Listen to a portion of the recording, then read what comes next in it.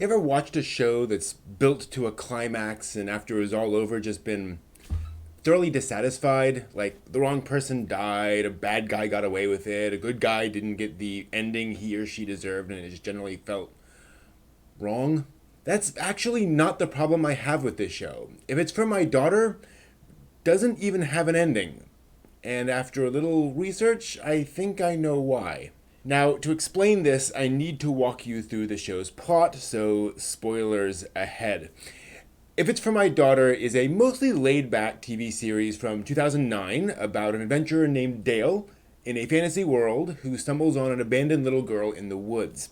Unwilling to leave her to die in the wilderness, he takes her back to town and ultimately decides to take care of her. So, first half of the show focuses on Dale learning the ropes of fatherhood and doting on the girl whose name is Latina. Yeah, I know, right? So it's basically a show about fatherhood. But before I get to my frustrations, I do want to give the show praise where it's due. There are some interesting things here. For one, Latina, I know, is a demon. And in universe, demons are distrusted, apparently evil creatures. Indeed, Dale suspects that she was abandoned by the demons for some nefarious reasons. And the show does a good job of showing that demons consistently align themselves against humans and fight them pretty much on sight, but it's unclear whether they're literally inherently evil, and I like that they leave that question open. But this means that Dale and Latina have to keep her true race secret. Latina is naturally obedient and thus fully complies with this, but like most small children, she doesn't really understand racism. And this creates an interesting tension in her relationships with other people. Further, demons speak their own language, which is also the language of magic, and since Dale knows a little spellcasting, he knows enough words to communicate with Latina in a limited fashion when they first meet. Now, thankfully, she picks up English, Japanese, whatever, quickly, but this gives the two a useful secret language, which I quite liked as a plot point. Then, halfway through the show, Latina's race becomes a major issue, and I really appreciate the approach the show takes. It not only shows the ugliness of racism, although in an extreme way, Latina responds with an extreme reaction that's actually kind of tough to watch, but really very natural for a little girl.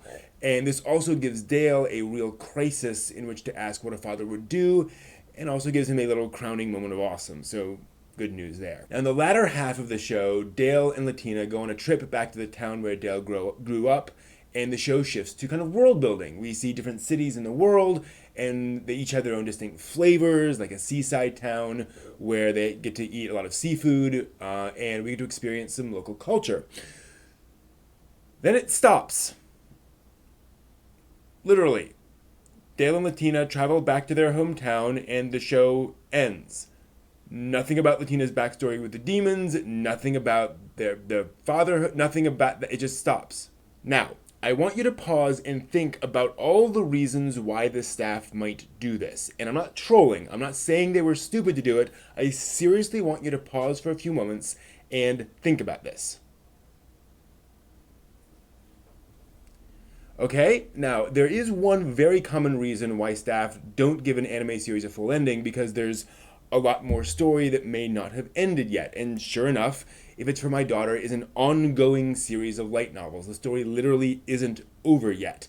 So the entire anime series is basically one big ad, encouraging you to go back and buy the original novels so you can catch up and see where the real story ends.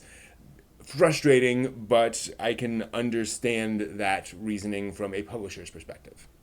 But there might be another reason. In researching this, I found out that there is some later plot in which Latina goes through various things and suddenly jumps forward in age. She ages up to 16, 17 years old. Whereupon her relationship with Dale dramatically shifts, and she says that she wants to marry him.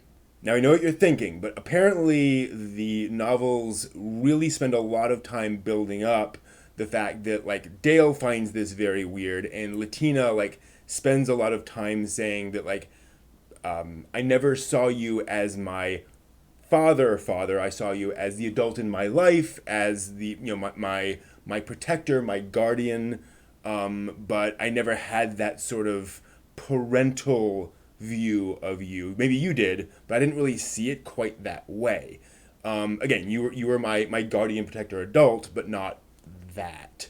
And so apparently the show does deal with the idea that she kind of wants this, but it is weird, or more accurately, it is a very unusual request, and that Dale is kind of against this for quite a while. Now, you know, this could be something that you find just like a pure no. None of that is in the anime series. So, in other words, we're basically in a bunny drop situation. The manga goes in a completely different direction. In the case of bunny drop, in this case, light novels. But that's not in the series. I do wonder, however, if the anime series just kind of stops there so it doesn't get into any of that stuff. Just to kind of avoid any of the controversy that might ensue if that comes up. The other possibility is that they may want to do future seasons, and it does kind of make sense to stop here. If the plot does accelerate in the future and has Latina grow up and so forth and so on, it might kind of make sense to say, okay, let's just stop before any of that happens. And then if things go well, fandom-wise, we can adapt that part of the storyline. But otherwise, it just kind of stops. That said, I have to say, from somebody who appreciates storytelling and who partly got into anime because of the strong approach to storytelling I see in a lot of anime, I did find this very frustrating. I needed more of an ending for this, even if they just made something up. I would rather there have been a completely original ending to the anime series that gives it some kind of an ending instead of just stopping with no explanation and nothing going anywhere. Some people would say they'd rather have no ending than a bad ending. I would actually rather have an ending that, again, isn't the canonical ending and maybe isn't even very satisfying, but at least goes somewhere, as opposed to just nothing. But maybe that's just me. So those are my thoughts. I needed more of an ending from If It's From My Daughter. But that may be a very specific opinion. If you watched it and had a different opinion, I would genuinely like to know your thoughts on this in the comments. And I know everybody says that in their YouTube videos.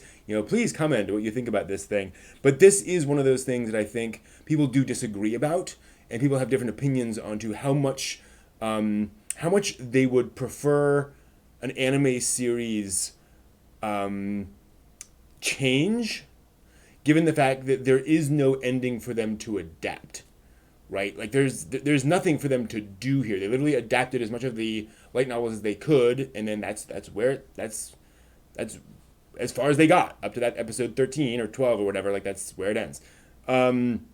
So what do you do in that situation, right? Do you just say, okay, well, there's apparently more to come, there's go read the novels, or do you figure out some kind of an ending? So I would like to know your thoughts on that in the comments if you're interested in that. But that's my view. I'd rather have something.